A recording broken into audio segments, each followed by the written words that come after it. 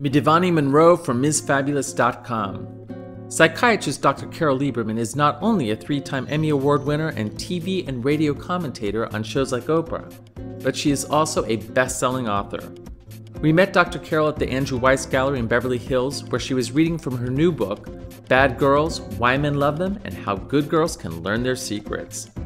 The Andrew Weiss Gallery has one of the largest collections of original Marilyn Monroe photographs in the world, making it the perfect place for Dr. Carole to address the topic of Marilyn Monroe. Was she a bad girl or just misunderstood? So, Dr. Carole, you are seemingly becoming the expert on bad girls. This is your second book on bad girls. This one is Bad Girls. Well, actually, my first one was Bad Boys. Bad Boys? Yes. Okay. And it was Bad Boys, Why We Love Them, How to Live With Them, and When to Leave Them. Okay, so this is now the Bad Girls. Now this is Bad Girls. Whenever I was promoting Bad Boys, the guys would primarily say to me, when are you going to do a book on bad girls? So finally I did. And for Bad Boys, I did use, stories from patients or from people I've come across and so on. But, and I had enough of my own Bad Boy stories to also put in the book. But for Bad Girls, I interviewed over 100 guys about their bad girl stories. And I defined 12 different types of bad girls. And so for each of these different types, I have the stories of men who were involved with each of these types. Now, how did you get interested in the bad boy, bad girl thing to begin with? Well, when I was interested in Bad Boys, actually it was something that had been suggested to me. And at first I wasn't so sure I wanted to have my first book be about that, because I've done a lot about the impact of media on people's minds and so on. But then I started thinking about it, and I realized that if there was going to be anybody who was an expert on Bad Boys, it was me.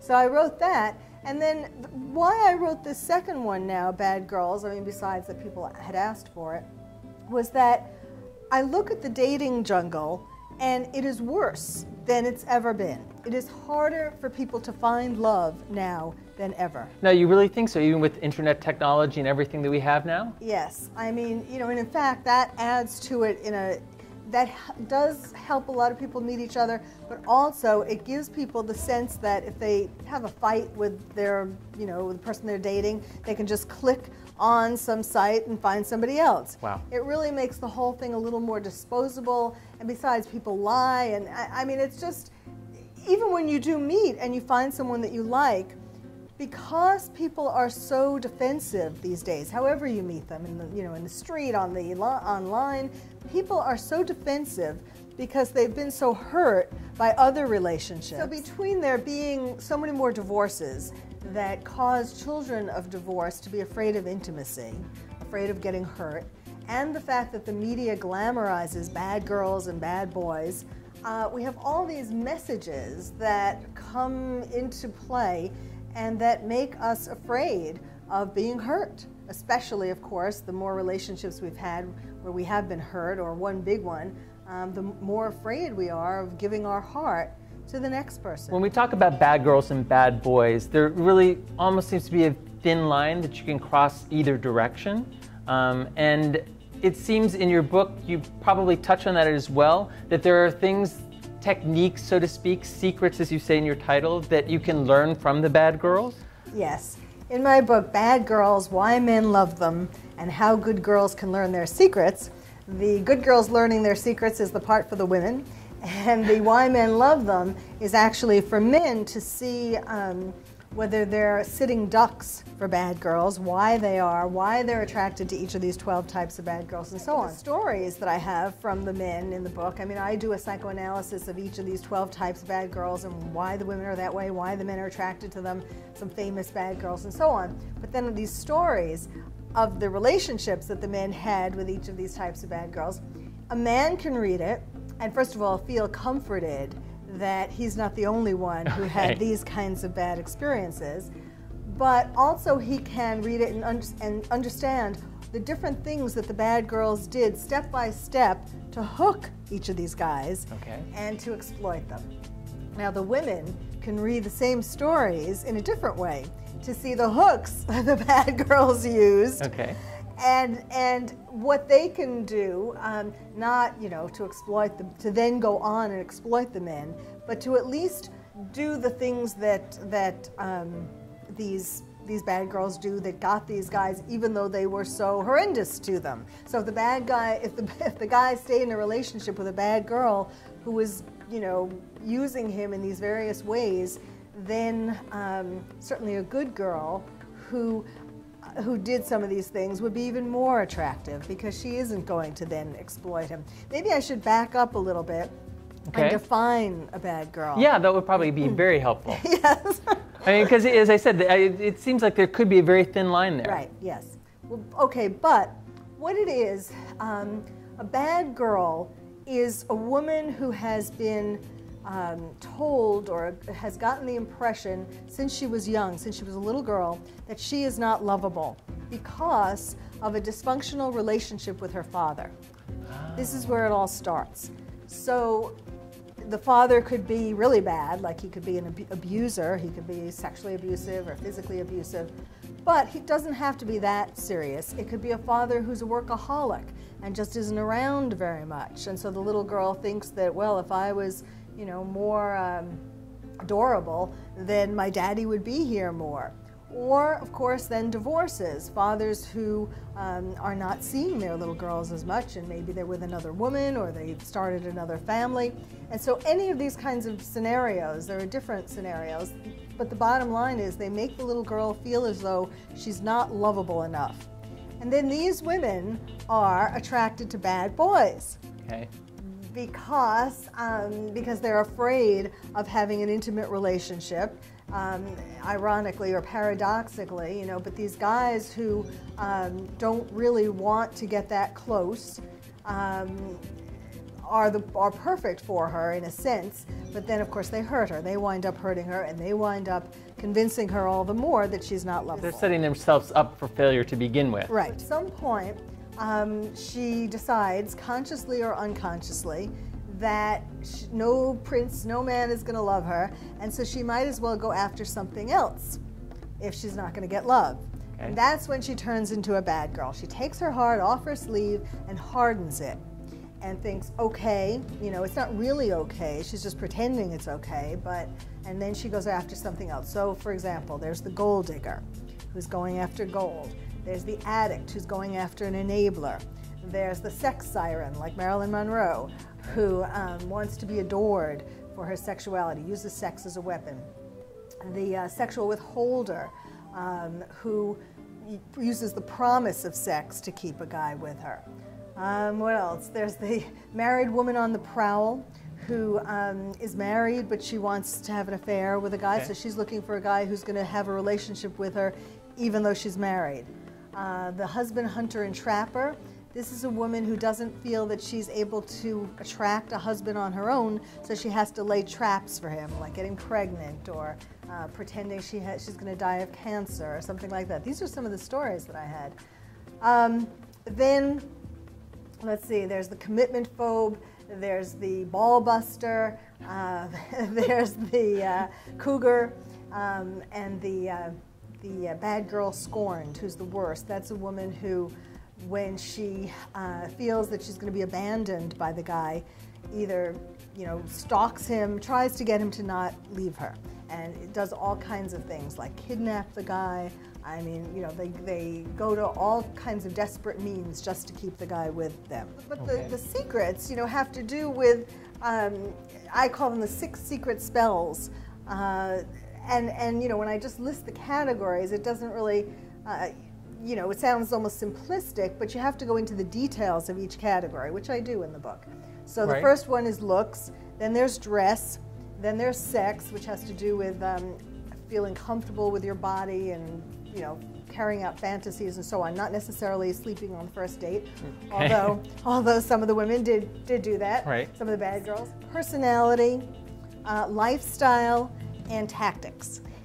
Okay, now one of the subjects that you touched on right there is actually very important to us, which is dress. And you use several instances of using dress. I believe this is one of them. Yes, this is such a perfect example of what you can do to catch a prince, literally. This dress is one of the limited edition of copies of Kate Middleton's dress. This is the dress that Kate Middleton wore, again, the limited edition of the copy, that Kate Middleton wore in the fashion show at her school, her college, where Prince William was also attending, and not only the college, but where he was sitting in the front row of the fashion show. So, Kate wore this dress with just a bra and underpants. Okay, on the runway. On the runway, and her dress, this is actually made a little less see-through than her dress. Her dress was even more see-through than this, with just a bra and underpants, walking down the runway in a Scottish school, college, right. and, the Great Britain, that was quite scandalous. Oh, definitely. So, so she used, in this example, she used, of course, looks. She's a beautiful girl. She had a great figure, and dress, of course. And actually, this dress, it's very interesting. This dress was designed by Charlotte Todd, who was a design student in London. The fashion show was a charity fashion show, and they asked students around London to contribute pieces to the fashion show that these models could wear, the students. And so this dress comes from Charlotte Todd's collection called The Art of Seduction. And it was actually supposed to be a skirt, just a skirt. And then you could wear tights, or you could wear a slip, and Kate instead decided to wear pull it it as up a dress. as a dress. Okay, I understand now. And that was tactics as well. Right, So right. it's not only looks and dress, but it's tactics.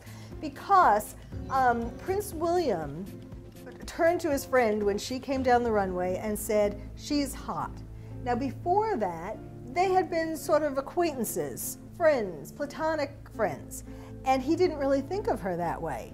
But she came walking down the aisle in this, and all of a sudden, he took her out of the platonic friend category, and she became a love interest, and now she became a princess. What it was not just the looks and the dress, but it was also the audacity that she had to wear this dress, especially just over underwear. Right. That to him meant, to men in general, it would mean a sense of fun, a sense of daring, excitement, sexuality. I mean, I guess it goes into sex too, for that matter, because it shows that she's very comfortable with her body. And so it was all of that package that made him fall in love with her, and we've seen the results. Her engagement came out at around the same time as my book, Bad Girls, came out. And I, of course, paid a lot of attention to that and realized that she was, I call her, the quintessential good girl who used bad girl secrets to catch her prince. And those are the secrets that we were just talking about. And so I went to London in March, when I heard that this dress was going to go up for auction, because I wanted it, but because it is a symbol to women that they too can catch their own prince. The only place you can buy this dress in the United States is from my website at this time. Wow. Because I went to London to buy the original dress, and I became friendly with the designer, Charlotte Todd, and I became the U.S. ambassador of this dress. So if I was a customer out there and wanted to seduce a man and wanted this dress to do that, I would come to you. Exactly. Perfect. Exactly. So I say on my website, armed with this dress and my book, a woman can catch a prince of her own. You also, I'm of course a big fashion buff. You have quite a few outfits that belong to Wallace Simpson. When I went there, I actually realized that the dress was going to go for a lot more than what they had estimated. They estimated the top bid was going to be $16,000. Wow. And in fact, it went for $125,000. So I kind of saw that coming before the auction. The items were on display one day, and then the next day was the actual auction. And so because I sort of saw that coming, that it was going to become out of my price range, I decided to go for clothes of Wallis Simpson, the Duchess of Windsor, because Duchess of Windsor, right. Just like Kate is the quintessential good girl right. who used bad girl secrets to catch her prince, the Duchess of Windsor is the quintessential bad girl who used bad girl secrets to make her man give up the throne of England. And that she did, yes. And that she did, right. And so I bought 4 items of her lingerie because of that. You're going to be speaking about Marilyn Monroe. Yes. Was she the ultimate bad girl, or was she just misunderstood? Can you give us a little bit of hint what you think about that? Yes, I have Marilyn Monroe in my book. I describe her as the sex siren type of bad girl. And, you know, the question is she just misunderstood? Is she a bad girl or just misunderstood? It's actually both. She is a bad girl. She didn't even know her father. Well, her mother showed her a picture of who her father was, and we still don't know to this day whether it was really that man, because her mother had become rather promiscuous after her marriages. But so Marilyn didn't have a father in her life, and she did feel unlovable. She not only that, but she didn't even really have her mother in her life, because her mother was mentally ill, and she was given to a foster home from the time she almost 2 weeks, from 2 weeks old until 7, and she had lots of foster homes and the orphanage and so on after that. It was a very precarious, very changeable. Very turbulent youth. Turbulent. Yes. Yes, turbulent youth. That's good word. Yes. That's good. I'm going to use that. Go for it. So in that sense, she fits into the mold of this bad girl, you know, because she was always trying to, even though she was, you know, the greatest sex symbol, and still today, I mean, you know, she's still... There are very few people that can keep that momentum. Exactly. I mean, who's gonna be like her in the future? I don't really think there's anyone that we know today who's gonna have this kind of staying power after they die. She was a sex siren, meaning that she wanted, of course, to be admired for her sexuality, and she used her sexuality as a weapon to try to attract and keep men. But deep down, she really still felt unlovable, no matter, you know, how much money she was making or how many movies or how famous she became. She really still felt very unlovable. So it was really all about trying to fill the void. Yes, trying to get a daddy to love her. And in fact, she would call some of the men she was with daddy, you know, which just shows you. So yes, did she hurt some of these men? I mean, bad girls are heartbreakers. So did she break men's hearts? Yes, absolutely, including her 3 husbands. Although, you know, they tried to become too possessive of her, at least the 2 first ones, and then